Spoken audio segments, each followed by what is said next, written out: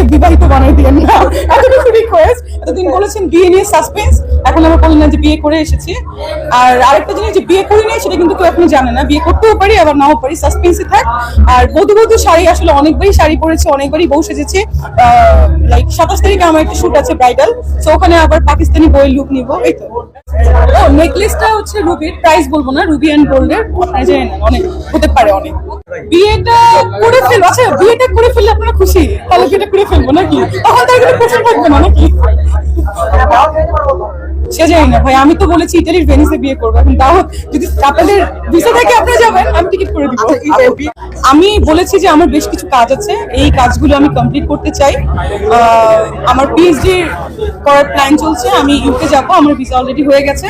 So USA তে আমার next month একটা প্রোগ্রাম আছে, ইউএস এন্ড কানাডা, মন্ট্রিয়ালে। সো ওই প্রোগ্রাম শেষ করে দেন আমি হয়তো বা যাবো, আমি টাইম পাচ্ছি না আসলে। কাজ তো আমার মনে হয় বলিউড হলিউডে একটা আর্টিস্ট বছরে একটা কাজই করে, সো একটা কাজের জন্য অনেক অনেক অনেক অ্যাওয়ার্ড পায়। আমাদের কিং খানও কিন্তু বছরে সাধারণত একটা ছবি করে, সো তারও কিন্তু অনেক অনেক অ্যাওয়ার্ড হয়। সো আই থিঙ্ক আপনারা অ্যান্সারটা পেয়ে গেছেন। না আমি তো নিজে অবশ্যই করবো না, উনি অনেক সিনিয়র, অনেক বড় ব্যাপার, আমি ছোট মানুষ, ক্যারিয়ার কেবল শুরু হয়েছে। তো আমি তার সাথে আমাকে কম্পেয়ার করতে চাই না, আমি আমার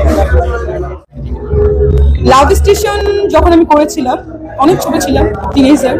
সো ওটা আমি বুঝে না বুঝে বলবো না, ওই ছবিটা আমার সুপারহিট ছিল এবং অনেক ভালো গেছে। অনেক আমাকে নিজেকেও দেখলে ভালো লাগে যে না আমি ছোটবেলায় এত ভালো কাজ করেছি। সো কোনো আক্ষেপ নেই আমার কোনো কাজে, এখন হয়তো ওর থেকে ভালো কাজ করবো। এক একটা এজে মানুষের এক একটা লাইক কি বলে ম্যাচুরিটি আসে, এক একটা ডেভেলপমেন্ট হয়। সো ওই এজে আমার যতটুকু ম্যাচুরিটি ছিল অতটুকুতেই করেছি, এখন ওই এজে যা আসবে তাই করবো।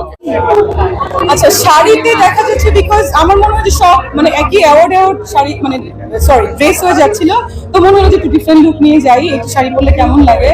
আর শাড়ি ভালো লাগে আমার, কিন্তু আমি একটু আনকমফোর্টেবল ফিল করি শাড়ি পরলে, মনে হচ্ছে শাড়ি পরা উচিত না। না না শাড়িটা আমার নিজেরই, এটা মানুষ মানাটা থেকে নেওয়া, এবং আমি বলবো না।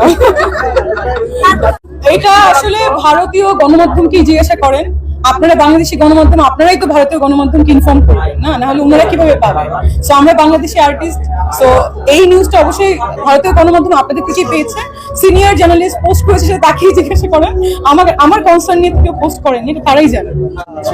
না আমি আসলে পোস্ট দিই না, দেখেন আমি একটা কথা বলেছি, আমার যে ভেরিফাইড পেজটা এটা আমার অ্যাডমিনরা চালায়, তারা কখন কি পোস্ট দেয় সেটা আমি আসলে জানি না। সামটাইমস আমি পোস্ট দিই যেটা আমার দেওয়ার, আপনারা বুঝেন, কিন্তু যে পোস্টগুলো দেওয়া হয় সৌমির সাথে কাজ করা, সূর্যের সাথে কাজ করা, বাপ্পির সাথে কাজ করা, সাইমনের সাথে কাজ করা, সো এত ছবি করে ফেলেছি, 12টা ছবি রিলিজড অলরেডি। সো মানুষ যদি এখন বলে যে আমাকে লাইক জানে না যে কোন কোন কাজ করেছি, তার জন্য আসলে দুঃখ লাগে না, কারণ তখন তো আসলে সোশ্যাল মিডিয়াটা ছিল না এইভাবে, তাদেরকে জানানোর জন্যই করা। আর একটা ব্যাপার যে তখন অনেক ছোট ছিলাম, এসএসসি পাস করে মিডিয়াতে এসেছি, অনেক ছোট টিনেজার, এখন অবশ্যই দেখতে চেঞ্জ লাগবে, এখন একজন যুবতী যাকে বলে বাংলা ব্যাপার। সো চেঞ্জ হবে চেহারা, এই জন্য হয়তো মানুষ একটু মানে কি বলে রিকগনাইজ